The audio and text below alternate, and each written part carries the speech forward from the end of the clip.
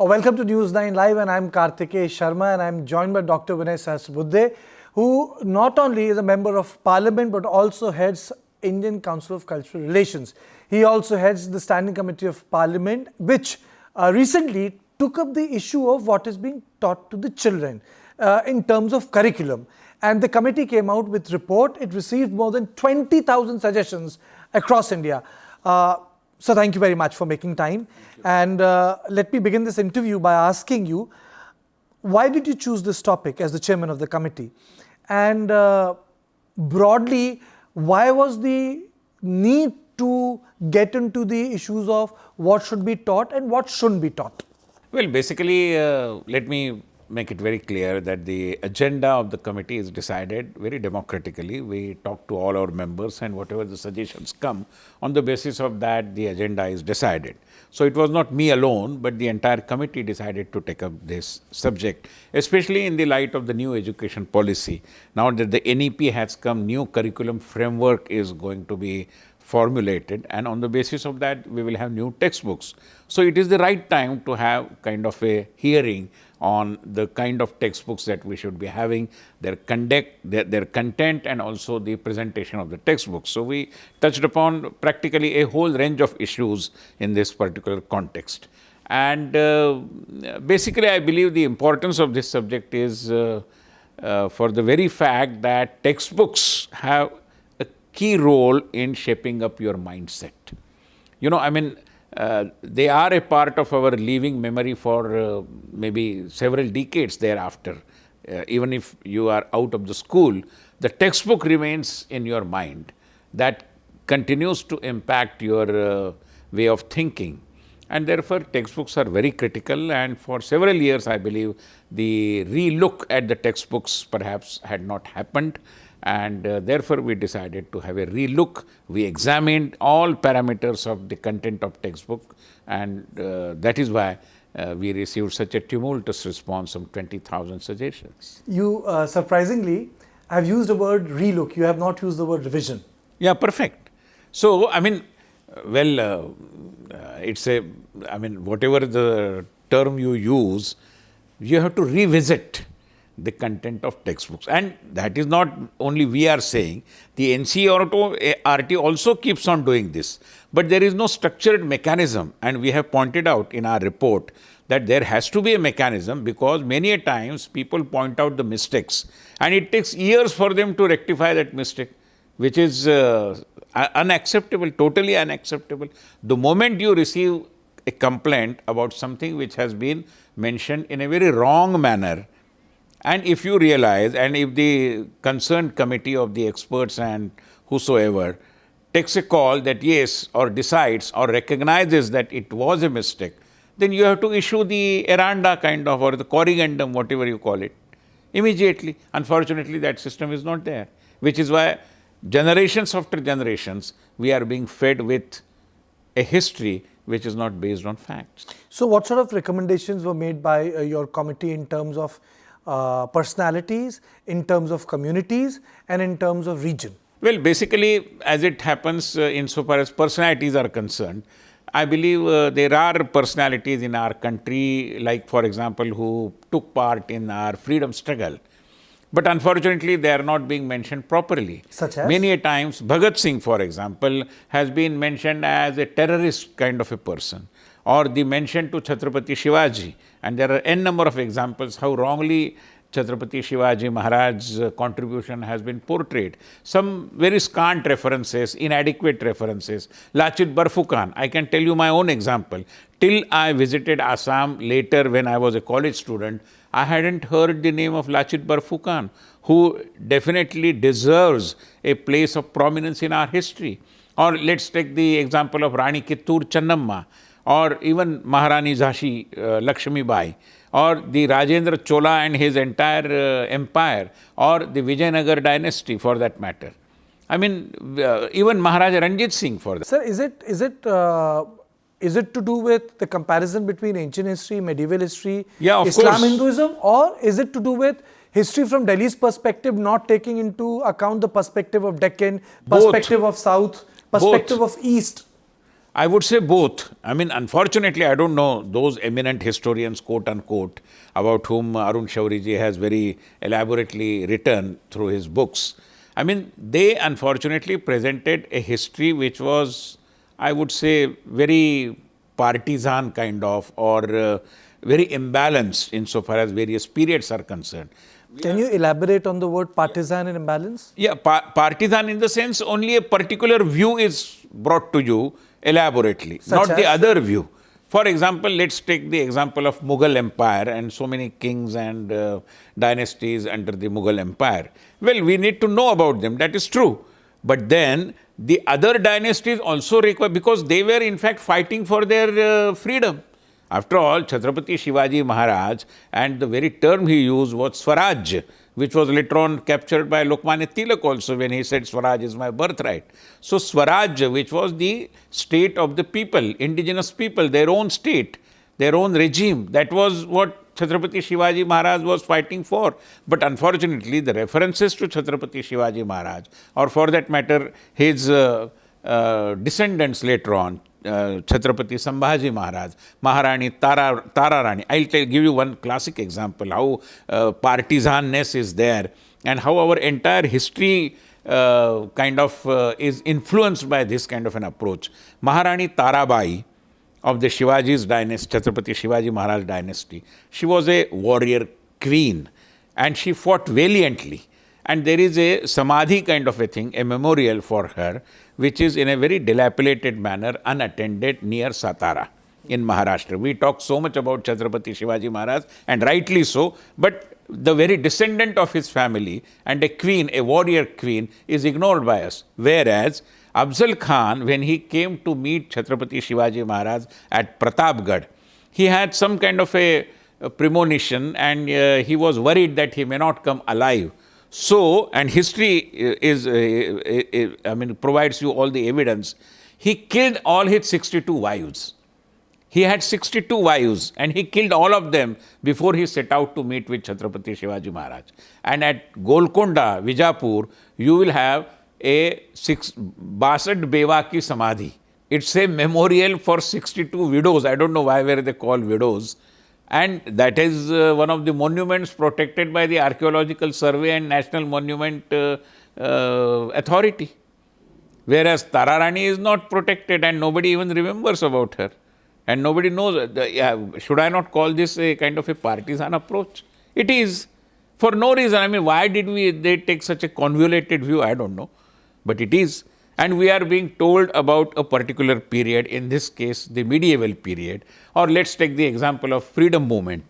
Freedom movement was a combination of efforts coming from all streams for that matter. Veer Savarkar also fought for freedom. And of course, the main, if I may put it in this way, the freedom movement was guided under the leadership of Mahatma Gandhi. No doubt about it. But then, are we teaching about Veer Savarkar, Bhagat Singh, Khudiram Bose, Ananta Kanhere, a person who killed Collector Jackson in Nasik and later on he was hanged? Now, we don't get all these references. I'm talking about Kanaklata Deka, again a freedom fighter from Assam, or for that matter... Are you saying that the freedom struggle got colonized by the Indian National Congress? To a very great extent, I would say, that the various streams which were a part of the freedom movement were not duly recognized, very unfortunately. Especially those who were working in the religious and social sectors? In a way, or those whom we call as revolutionaries for that matter. Let's take the example of Netaji Subhash Chandra Bose. Now, the references to Netaji Subhash Chandra Bose are very limited for that matter. But the left would say this is historical revisionism. What's your... Not revisionism. This is democratization of recognition. For us, Mahatma Gandhi, Pandit Jawaharlal Nehru, Lokmanya Tilak, Netaji Subhash Chandra Bose, Veer Savarkar, Dadabhai Nauroji are equally respectable, I would say. We don't want to be sitting in the value judgment of whose contribution is what and all those things. So how are you making it democratic? Please elaborate on that. For in terms of democratization, communities and people. For democratization, you need to recognize and mention in adequate manner the contribution of all those who fought for India's independence. On the one hand, if we take the personalities. At the same time, regions. Now, freedom struggle was not confined only to Mumbai and Delhi and parts of central India. Even in Nagaland, there was Rani Gaidinglu, who fought for India's freedom struggle, who was a part of India's freedom struggle. But nobody knows about Rani Ma Gaidinglu's contribution in freedom struggle. So likewise, as I said, Chakravarti Rajgopalachari, let's take one example, and his contribution in that particular era. Again, precious little is known about it.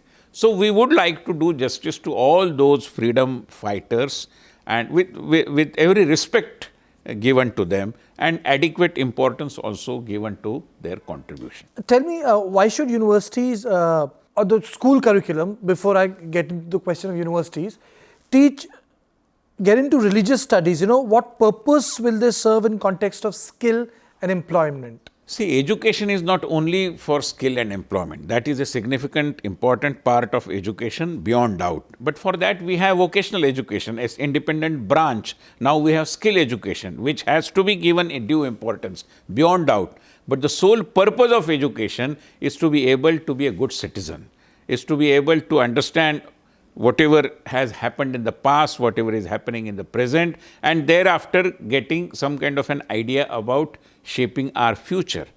So, education is an empowering kind of process, and therefore you have to understand your history also. At the same time, your culture.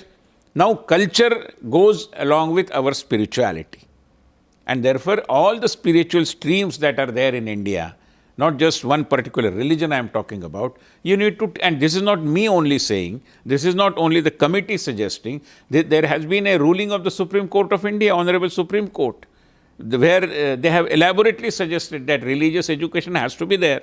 In US and UK and everywhere, you will have universities conducting Department of Religious Studies. I was in Tehran in 2018. And there the University of Tehran Vice Chancellor put me a question that we teach, remember in Iran, Tehran, they say that we teach Upanishad here. Tell me in which university in India Upanishad is being taught. I was speechless. So these kinds of, shortcomings that are there, but then what do we need to do away with. But what do you do? Because the fact is, when you say you need to teach Upanishad, you need to teach Vedas, there is no university in India which is teaching Vedas and Upanishads in Sanskrit. Even the language of transmission of the so-called high text, they are in English. No, I agree. But then it doesn't mean that they are only in English or in Sanskrit. There are people who are translating them, if not entirely, partly in some chapters. For example, Prime Minister very recently mentioned about the Bhandarkar Oriental Research Institute in Pune. They have done seminal work on translation of our scriptures. And therefore, in Marathi, in local languages also, these scriptures are available, or at least you can get some idea as to what has been written in them. What do they say? What exactly they are? Even this basic and rudimentary information, I am afraid, doesn't become a part of our school textbooks. Did you come across the fact that the translation of most of the textbooks of philosophy, Indian philosophy, Upanishad, Vedas, the translation of them in different language actually took place in medieval India through Persian? Yeah, doesn't matter, but it is available. My only moot point is that when it is available, why are you preventing our children from studying them? That is the only question. I know, for example, let me add to the point you are trying to make is that the evolution of Marathi has several things to do with the missionaries, Christian missionaries that worked in Goa, who wrote beautiful poems in Marathi, composed poems. So, we recognize contribution of each one and everyone. In our languages also, we have many Persian terms, Persian words. So, we are not worried about that. Point is the mother tongue, the regional language, which need to be getting prominence, which now thankfully the new education policy is talking about, also requires to be taken into consideration. When you talk about regional languages, how do you balance it with this whole push for Hindi? You know, Marathi is a vibrant language, Telugu is a vibrant language, Kannada is a vibrant language. So, did your committee get into this issue of linguistics, you know? Not necessarily, because that was not the subject matter. But I believe the government of the day and even earlier and even the constitution makers have made it amply clear that the recognized languages, which is constitutionally recognized languages, are on the equal footing. We need not be saying that this language is superior and this language is inferior, and Hindi has been considered only as a link language. Tell me, is it correct that you came across during number of meetings that historical women personalities were ignored in Indian curriculum? Unfortunately, and I would give you several examples. I talked to you about Rani Ma Gaidinglu of Nagaland. At the same time, let's take the example of Kittur Rani Channamma or Ahilya Bai Holkar for that matter. Or there was a close confidant of Maharani Jhansi Lakshmi Bai, whose name was Jhalkari Bai. She came from a very disadvantaged community kind of. But we know precious little about their, or let's take the example of Madame Kama, who played a key role in the early 20s or early decades of the last century. And in fact, the first flag of India was designed at her initiative, Madame Bhikaiji Kama. Now, we know precious little about all these ladies who were superheroes of our country. And what was the take of the committee on the fact that in NCERT text, when we approach the history of Gurjars and Jats, they are seen from the context of the Mughal Empire as communities who broke the Mughal Empire at the center. What was the committee's view on it? No, basically what we have not dealt with this very elaborately, but the moot point, without referring to any particular community that we have mentioned is that, for example, the tribal communities in our country. Correct. They have also contributed in freedom struggle, or all those communities, and there are certain martial communities, warrior communities, they contributed in their own way. Correct. At that point of time, they might have been a part of, let's say, some kind of an attack on the government treasury. So that doesn't mean that they were plunderers or they were thieves. They were doing it for the freedom struggle. But unfortunately, so-called eminent historians have mentioned these acts also in a typical British mentality, branding them as criminals. Tell me why, you have spoken so much about some people, personalities, women, communities not getting their due. Why did this happen to Indian education sector? What's your observation? My analysis is that the dark shadow of Lord Macaulay, which was there in the thinking about education, and textbooks are a significant part of that, we didn't try to do away with that for several decades. It was only during Atalji's government that the discussion was initiated by Dr. Murli Manohar Joshi, and then during the last, in between, for 10 years, nothing could happen on that. And this government has very actively taken it up. And the new education policy, I would believe, that heralds us into an era which is the era of de-Macaulayization of Indian education. And my last question to you, sir, that your committee has also spoken about travel to be part of the education. And you also referred to Maharashtra model. Can you just elaborate on that in terms of the sort of school bags we see children carrying, and how can travel be weaved into education in a country which is diverse, not so rich, which has income inequality, at the heart of our education policy? See, two things. Number one, insofar as textbook reforms is concerned, the presentation, Supreme Court and several other courts have also commented upon and emphasized the need for reducing the burden on the back of the school kids, which is due to the school bags. And how do we reduce this burden? It can be done by integrating the textbooks, which was done during Devendra Fadnavis ji's government in Maharashtra. And they came out with an idea that 4, 5, 6 subjects and the portion for first 3 months is compiled into one textbooks. So eventually a child will have to carry only one textbook for all the subjects for first 3 months. Later 3 months, again a new textbook. So that was a great idea, and therefore our committee visited the textbook bureau in Pune and tried to understand it, and we have recommended it. So this is a response to your first question.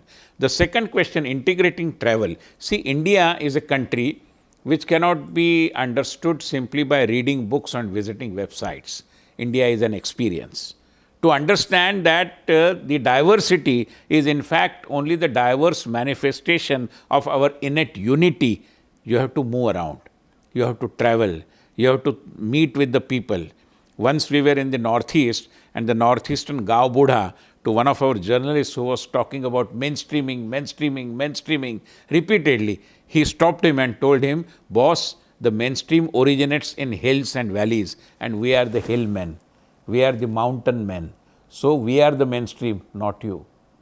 I mean, number of experiences, they teach you about the diversity and the innate unity underlying that diversity. So all these things require to be taken to the students through what I describe as experiential learning. And that can happen through integrating travel into our textbook based kind of teaching. So thank you very much for making time. Thank you.